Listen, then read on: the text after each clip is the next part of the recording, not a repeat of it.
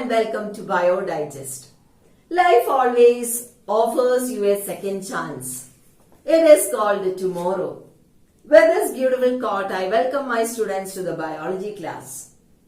In the previous videos, we were discussing about the absorption of water by the roots. We have seen the processes involved in the absorption of water by the roots. Which are they? We will just recall.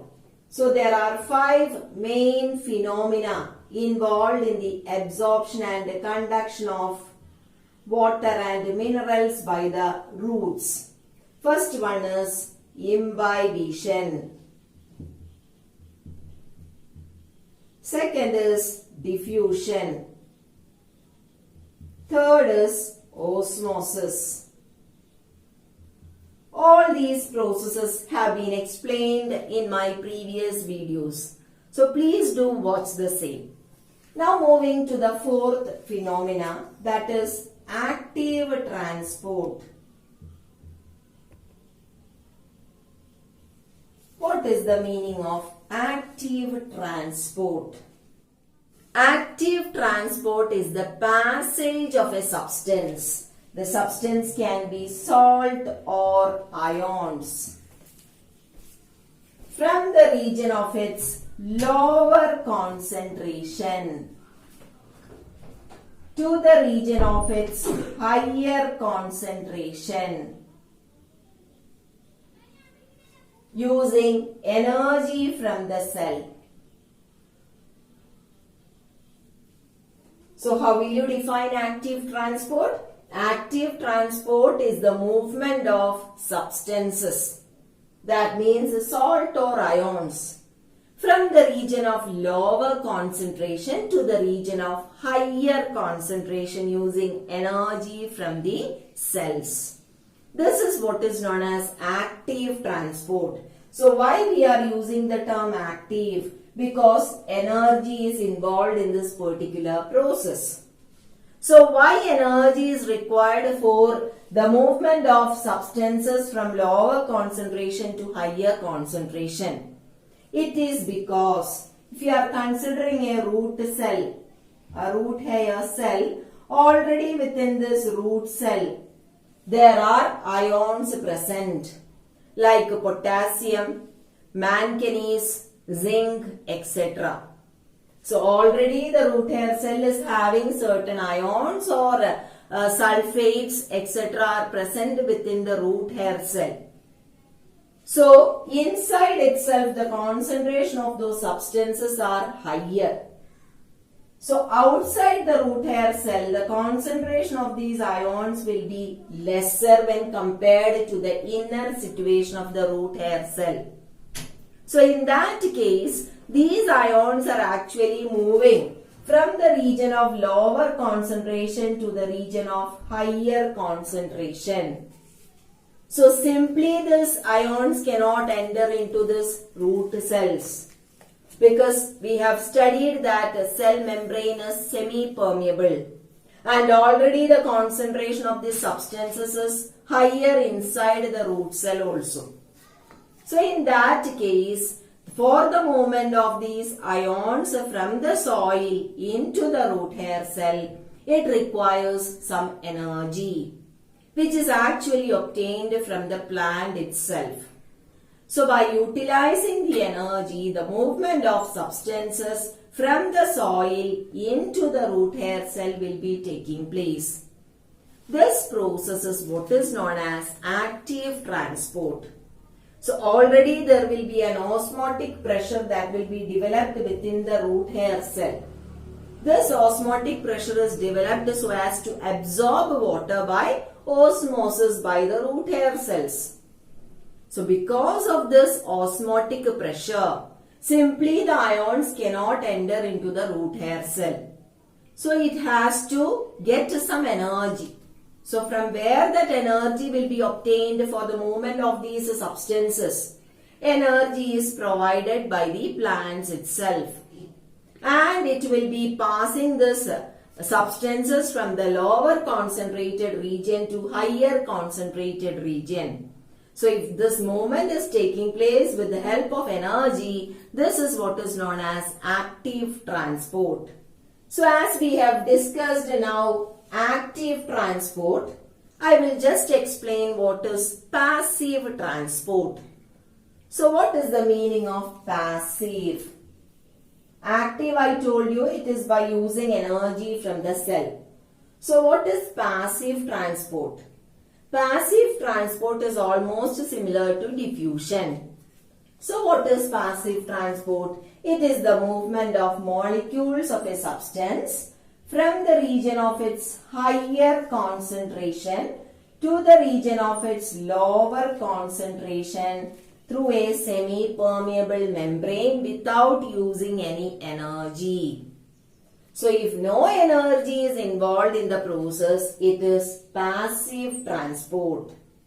Then what is active transport? Active transport is the movement of substances, that is salt or ions, from the region of lower concentration to the region of higher concentration through a semi-permeable membrane by utilizing energy of the cell.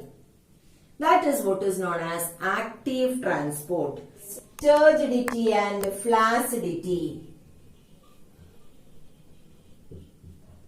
For understanding this topic in a better manner, you just consider there is a beaker containing pure water. This is water taken in a beaker. We are dropping a plant cell into this beaker containing water. So let this be the plant cell. Cell will be having two membranes. The outer one is the cell wall. Inner one is the cell membrane. Nucleus. Then another cell organelles. Just showing like this. Okay, so this is a plant cell that is immersed in a beaker containing pure water. So what will happen in this case?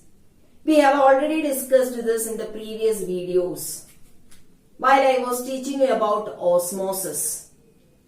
So in this case, endosmosis will be taking place. Endosmosis means water will be moving from outside to inside the cell through a semi-permeable membrane. Because I told you what is the reason. So inside the cell the concentration will be higher.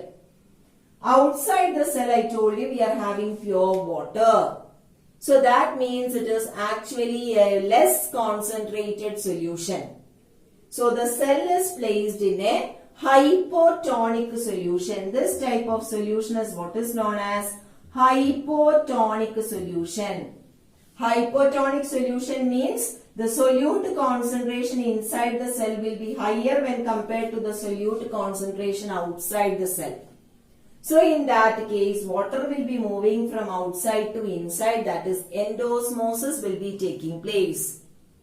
This actually results in the bulging of the cell. That means the cell will become distended. When the cell is becoming distended, it is what is known as turgid. The distended state of the cell is called as turgid. Distended state means where the cell is having maximum amount of water inside it. The cell is not able to absorb any more amount of water. So that is what is known as distended condition of the cell. So the distended state of the cell is what is called as turgid. This condition is what is known as turgidity. So what is turgid situation of a cell? That is when the cell is taking in water or when the cell is absorbing water as a result of endosmosis. The cell reaches a state where it cannot accommodate any more amount of water. That means it becomes somewhat stable. Water will not be given out and water will not enter inside also. So that means it is having maximum amount of water that it can accommodate. That stable state or the fully distended state of the cell is called turgid. This condition of the cell is known as turgidity. Now, this cell is having maximum amount of water. Okay, so I am drawing the cell alone here. So this is the plant cell. Nucleus is there, other organelles are present like this. So this is having maximum amount of water that it can accommodate inside the cell. So what happens in that case? You just imagine a balloon that is filled with water. So when the balloon is filled with water, the water will be exerting a pressure on the walls of the balloon, isn't it?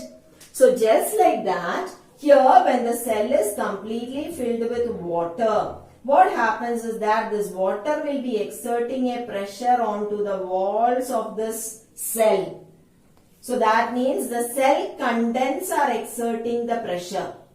Okay, the cell contents will be exerting a pressure onto the cell wall. So this pressure is what is known as Turgor pressure. So what is Turgor pressure? Turgor pressure is the pressure that is exerted by the cell contents on the cell wall. Okay, so this will be happening when the cell is in the fully distended condition. That means when the cell is having maximum amount of water that it can accommodate. At that time, water will be exerting a pressure onto the cell wall, or the cell contents will be exerting a pressure onto the cell wall.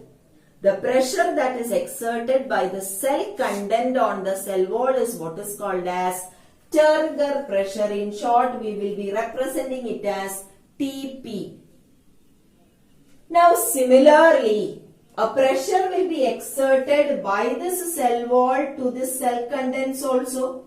Otherwise the cell will burst, isn't it? So that pressure has to be managed by the cell wall. So the cell wall also will be exerting a pressure onto the cell content. That is what is known as wall pressure. So what is wall pressure?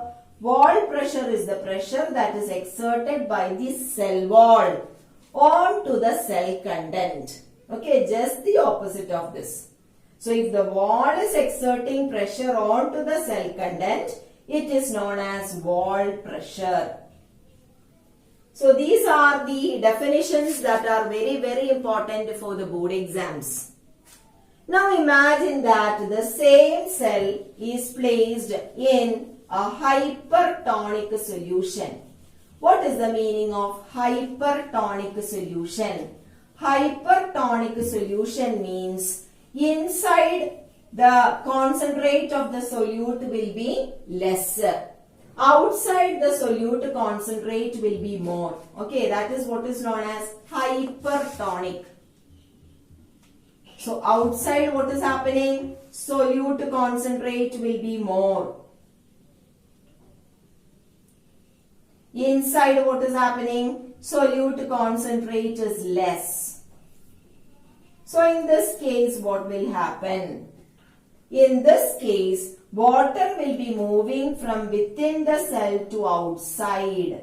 That means exosmosis will be taking place. When exosmosis takes place, what is actually happening to the cell? Shrinkage of the cell will be taking place. The shrinkage of the cell is what is known as flaccid. That condition is what is called as flaccidity. Okay. So what is flaccid situation? Flaccid situation means when a cell is placed in hypertonic solution. Okay. When the cell is placed in hypertonic solution, exosmosis will be taking place from the cell, as a result of which the cell will be shrinking. This is what is known as flaccid. The condition of the cell, we can call it as flaccidity. Next is plasmolysis. What is plasmolysis? It is the contraction of cytoplasm from the cell wall when the cell is placed in a hypertonic solution. So, you may be asked to draw a plasmolyzed cell. So, at that time, how you can draw a plasmolyzed cell? That also I will be showing now. Okay, so this is cell wall. This is cell membrane. Then show the nucleus. Then you can show cytoplasm like this. Okay, then of course you can show mitochondria or chloroplast and all you can show like this. Okay, and label any of these things. So I am not labeling all these structures now. So this is the nucleus, this is the cytoplasm. You can show this as chloroplast, this as mitochondria, like that. So here you can see that this cell membrane is actually getting withdrawn from the cell wall. Okay, they are not lying closer to each other. So why that is taking place? It is because the cell has been dropped in hypertonic solution, a very highly concentrated solution. So in that case, what has actually happened to the cell? Actually, exosmosis happened to that particular cell, as a result of which the cytoplasm began to withdraw from the cell wall. The shrinkage of the cytoplasm from the cell wall when the cell is placed in a hypertonic solution is what is called as plasmolysis. Then what is flaccidity? Flaccidity means the shrunken condition of the cell, and the cell is no more tight when the cell is placed in a hypertonic solution. That is flaccidity. Another term that will come for the exam is deplasmolysis. What is deplasmolysis? Deplasmolysis means when a plasmolyzed cell, this is a plasmolyzed cell. So again one more thing, for the board exam sometimes question can come, what will be present in this particular region? Okay, they will be labeling it as A or B or something. What will be present in these areas where I am showing these dots like this? What will be present in that region? It is actually a cell that has been placed in a highly concentrated solution, isn't it? So what will be present in these areas? Of course, that concentrated solution will be present in these areas. Okay, so these areas will be getting filled with the sugar solution or the salt solution in which we are dropping this particular cell. So that is about this particular area. Now if we are placing such a plasmolyzed cell into a pure water, what will happen? The cell will come back to its normal state. Okay, imagine that this is the shrunken state of a cell. We are putting a shrunken cell into pure water. Pure water can be called as a hypotonic solution. So when we are dropping such a cell in hypotonic solution, what will be happening to this particular cell? The plasmolyzed cell will regain its original size and shape. The process is what is known as deplasmolysis. So what is deplasmolysis? How will you define deplasmolysis? Deplasmolysis is the process by which when a plasmolyzed cell is placed in pure water or hypotonic solution, it regains its original size and shape. The process is what is known as deplasmolysis. Turgidity uses. What are the uses of turgidity to the plants? It is the turgidity that will be providing rigidity to soft tissues. What is the meaning of this? Soft tissues means you just consider a leaf. Okay? You might have seen the leaves drooping in the midday. Okay, or almost in the afternoon, if you are just going and observing certain leaves, they will be showing signs of wilting. Wilted leaves means, I'll just draw one example. This will be the stage. Okay, a wilted leaf. So if the leaves are standing like this, what you can understand? That means these leaves are not having enough water. So if you are providing the plant with enough water, what will be the state of the leaves? The leaves will be rigid like this, isn't it? The leaves will be standing erect. See the difference. So if the condition of the leaf is like this, we can understand that this plant is having enough water. But if the leaves are drooping like this, that means you can understand that this plant is not having enough water. So you will be providing this particular plant with water. So after some time again you will be able to see that these leaves will become normal. So that means it is this water that is entering into the leaf cells that is providing rigidity. So turgidity will be providing rigidity to soft tissues. So one give reason question can come from this part. Usually in the midday we will be seeing that the leaves will be drooping. What is the reason for that? Wilting of the leaves is experienced during the midday. Give reason. So how will you write the reason?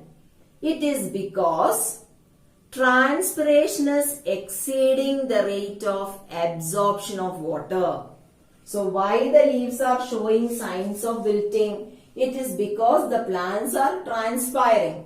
So the transpiration rate is more and the absorption of water by the roots is less.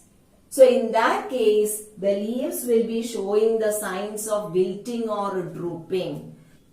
Second is, it will help to push through the hard ground.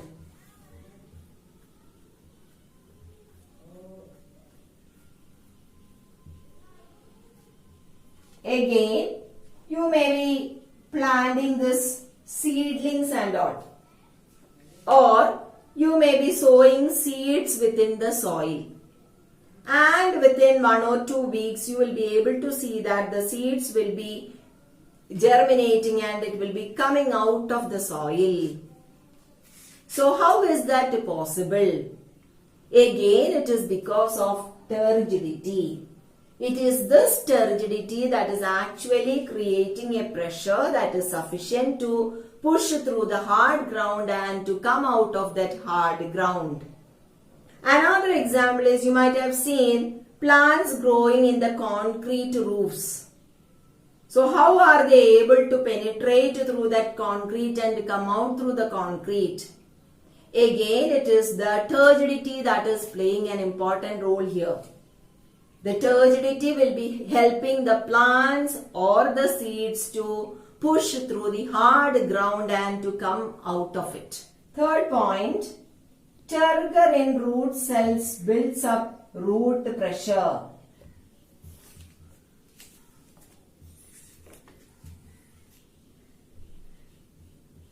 I am writing root pressure as RP, okay, for the time being. So turgor in root cells builds up root pressure.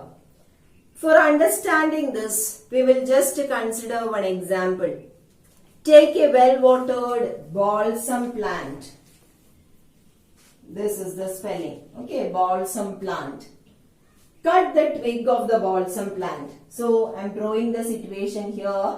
This is a potted balsam plant and we have cut the stem. Okay, this was the exact condition of the balsam plant. Now, what we did is, we have removed this stem. Okay, so that means we are cutting this much from this plant. Now to this we are connecting a rubber tube. This is connected to a rubber tube like this. And the rubber tube is then connected to a manometer. A mercury manometer with readings in it. Okay, so this is the situation. So there will be a mercury manometer and the mercury level will be here. and the readings and all will be here. So what happens is that in balsam usually when the stem is cut, cell sap will be oozing out.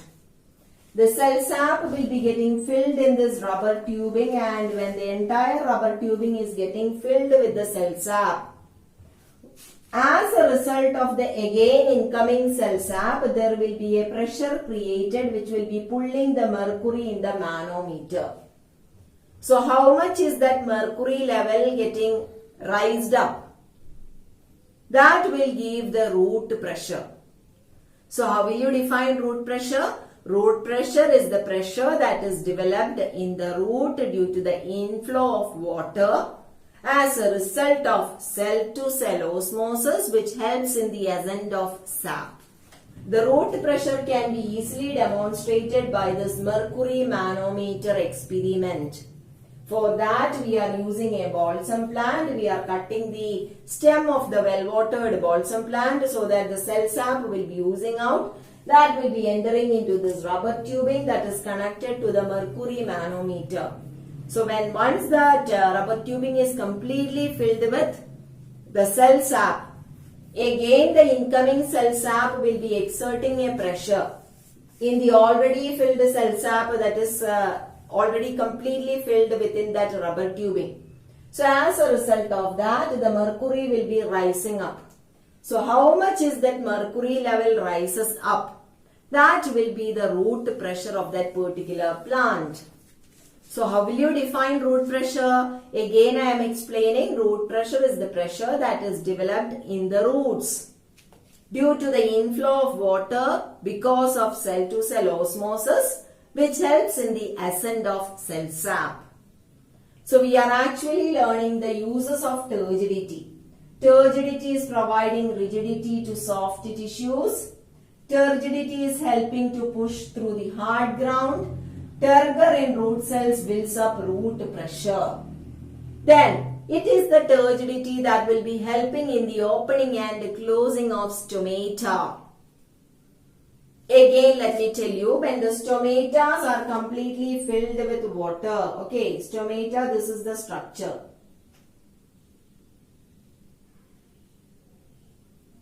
So the kidney-shaped cell is what is known as the guard cell. Okay, so when the guard cells are completely filled with water, what happens? This cell will be completely filled with water. When these guard cells are completely filled with water, it becomes turgid. It will bulge out. So when it is bulging out, it leads to the opening of stomata. And in the evening, what happens is that this will be losing water, as a result of which closure of stomata will be taking place. More details will be given with regards to this. Usually during the daytime, the plant will be carrying out photosynthesis, isn't it? So we have studied that this guard cells are containing chloroplast in them. I am just showing the chloroplast like this. Okay, it is having chloroplast in them. So the food is prepared within this guard cells. Because of that, during the daytime, there will be high concentration within the guard cells due to the preparation of the food materials. The concentration of the guard cells will be higher during the daytime. And the surrounding cells are having less concentration.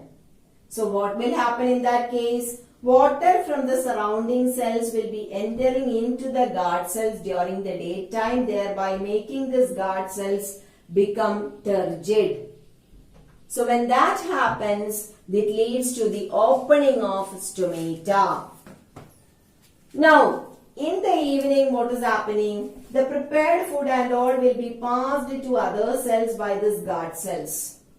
Okay. So in that case, now the surrounding cells will be having higher concentration in the evening when compared to the guard cells. So at that time, what will happen? Water will be moving out of this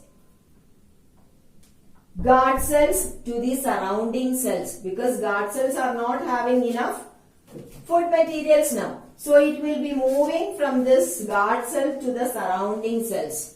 So there will be more water in the guard cells in the evening time than the surrounding cells. So water always has a tendency to move from the region of its higher concentration to the region of its lower concentration, isn't it? So during the evening time, there will be more water in the guard cells than the surrounding cells. So water will be moving from the guard cells to the surrounding cells, that is exosmosis will be taking place, leading to the loss of rigidity or turgidity by the guard cells. So this will lead to the closure of stomata. So all these are the uses of turgidity in plants. Moving to another experiment of this particular chapter to show that conduction of water is taking place through xylem. For that, we are having two experimental setups. Experimental setup A and experimental setup B. We are taking balsam plant. So we need 2 leafy twigs of balsam plant. The twig is actually cut under water. Okay, you have to immerse this twig into a bucket of water and then cut the stem under water. This is actually to prevent the entry of air bubbles into the cells. Then after cutting that leafy twig, one of the leafy twig is cast to this clamp of a stand and then it is immersed in a beaker containing water like this. After that, the outer skin of the twig is removed. You can see that there is no outer skin. Outer skin means it is the phloem that is removed. So here what is present now in this experimental setup A? Xylem is intact. That means xylem is there. Again we are taking another balsam plant. Cut the stem of the balsam plant with few leaves. Immerse this in bucket of water and again cut the stem. This is to avoid the entry of air bubbles into the cells. Bring that type of twig to this stand. Attach it by means of the clamp. Then dip that in a beaker containing water. So this is a beaker containing water.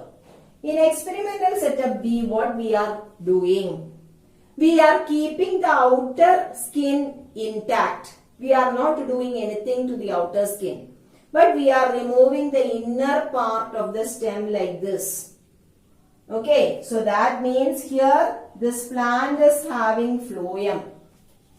But the xylem is removed. In experimental setup A, xylem is present. Phloem is removed. In experimental setup B, phloem is present, xylem is removed. So as we are removing the skin in the form of a ring, this experiment is having a name. It is known as ringing experiment or girdling experiment. Now what will be your observation after few hours? After few hours, you will be able to see that the leaves of this setup A will be remaining turgid. That means the leaves will not show any signs of drooping. But what will happen to the leaves of this experimental setup B? I did not draw the leaves. Of course, the leaves will be showing signs of drooping. What will be the reason? In 9th standard, you might have studied the function of xylem and phloem, isn't it? What is the function of xylem? It is the xylem that will be carrying the water upwards through the stem to different parts of the plant body. And what does the phloem do? It is the phloem that will be helping in the transportation of food materials. So here our purpose is to show that conduction of water is taking place through xylem, isn't it? So already in experimental setup A, xylem is there. That means as a xylem is there, these leaves are able to get water. But what is happening to experimental setup B, the plant? The plant is not getting water. The leaves are not getting water. Why? Because we have removed the xylem from here. So as xylem is removed, water will be conducted upwards up to this region. Okay, water will be reaching up to this portion. Then after that, xylem is not there. Xylem we have removed. So the upward conduction of water will be stopping after water reaches up to this limit. So these leaves are not able to get any water, and so the leaves will be showing signs of wilting. So this experiment clearly proves that it is the xylem that is conducting the water upwards. So this experiment, as we are removing this phloem in the form of a ring, this is also called as ringing experiment or girdling experiment. Forces contributing to the ascent of a sap. What is the meaning of ascent of a sap? Ascent of sap means the upward conduction of cell sap. So what are the forces involved in the ascent of a sap? That is what we are going to learn. Of course, first force that is helping in the ascent of sap is root pressure. Already I explained what is root pressure. Next is capillarity. What is the meaning of capillarity?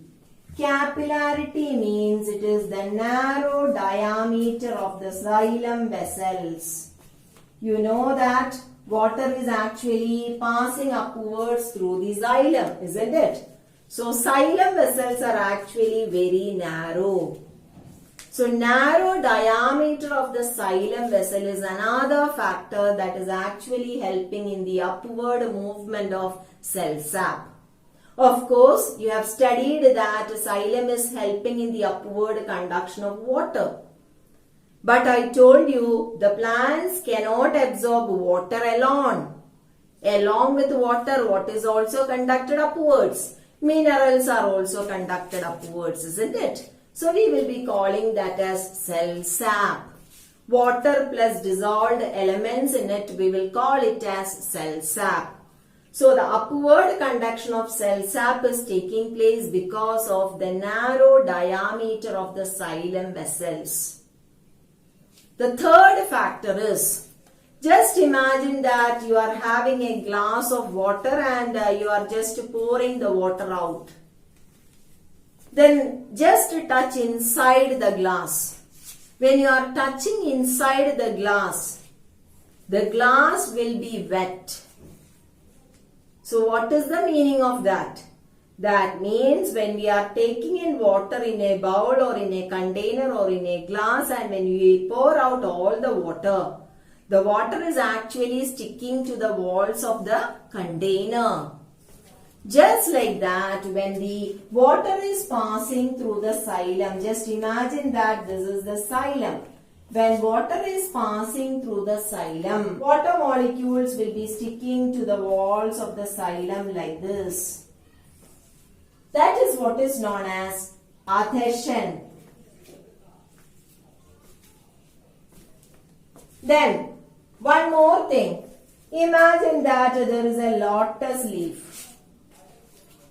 When rain is falling onto this lotus leaf, maybe one drop will be there. The next drop will be falling. The next drop will be falling. So all these droplets will be joining together to form a big droplet. Isn't it? In some leaves you might have seen big droplets of water will be formed. So that means water molecule is having the capacity to attract another water molecule. Water molecules will be sticking to each other. That is why when you are drinking juice and all through the straw, when you suck in the juice, why the juice is coming into your mouth? It is because these water molecules are sticking to each other. So just like that, Inside this, water molecules are sticking to each other and it will be forming a structure like this from the roots till the tip of the stem. Okay, I am just showing this is the roots. So from here the water molecules are sticking like this. So the sticking of water molecules with itself, that is what is known as cohesion. So there are two forces that is acting within the xylem vessels. Which are they? One is adhesion. Adhesion means sticking of water molecules to the walls of the xylem vessels. Then what is cohesion? Cohesion means sticking of water molecules to another water molecule. Thereby it will be forming a long rope-like structure that will be extended from the roots till the stem tip. So here I am showing one leaf also. Okay. So up to the leaf, this structure will be extended like this in the form of a rope. So what happens? In transpiration, leaves will be giving out water. So when there is a shortage of water, the leaf cells will be having a tendency to absorb water from the nearby cells. So when it is absorbing water from the nearby cells, the entire water is present in the form of a rope-like structure, I told you. So when you are pulling the rope, what will happen? The entire rope will be moving upwards, isn't it? So just like that, this rope-like water molecules that are present inside the xylem vessels, as a whole, it will be moving upwards like this. So the water molecules will be pushed upwards. That is the third thing, that is cohesion and adhesion. So why this rope-like water molecules are moving upwards? The rope-like water molecules that are present within the xylem vessels, it is moving upwards. It is because of transpiration pull. Okay, because of transpiration, there will be deficiency or shortage of water in the leaves. So this will be causing the leaves to draw water from the nearby cells. So when the leaves are absorbing water from the nearby cells, a pull will be created in this water column. Water column means the rope-like structure that is present within the xylem vessel. Don't write a rope-like structure. This is just for you to understand. I just told that it is forming a rope-like structure. Okay, it's actually forming a continuous column. So when there is a push from the upper part, the entire water column will be moving upwards. Okay, so what are the forces that is contributing to the ascent of sap? One is root pressure. Second is capillarity. Capillarity means narrow diameter of the xylem vessel. Third one is cohesion and adhesion. What is cohesion? Cohesion is the sticking of water molecules with another water molecule, thereby forming a continuous water column. What is adhesion? Adhesion is the sticking of water molecules to the walls of the xylem vessels. And the fourth force that is helping in the ascent of sap is transpiration pull.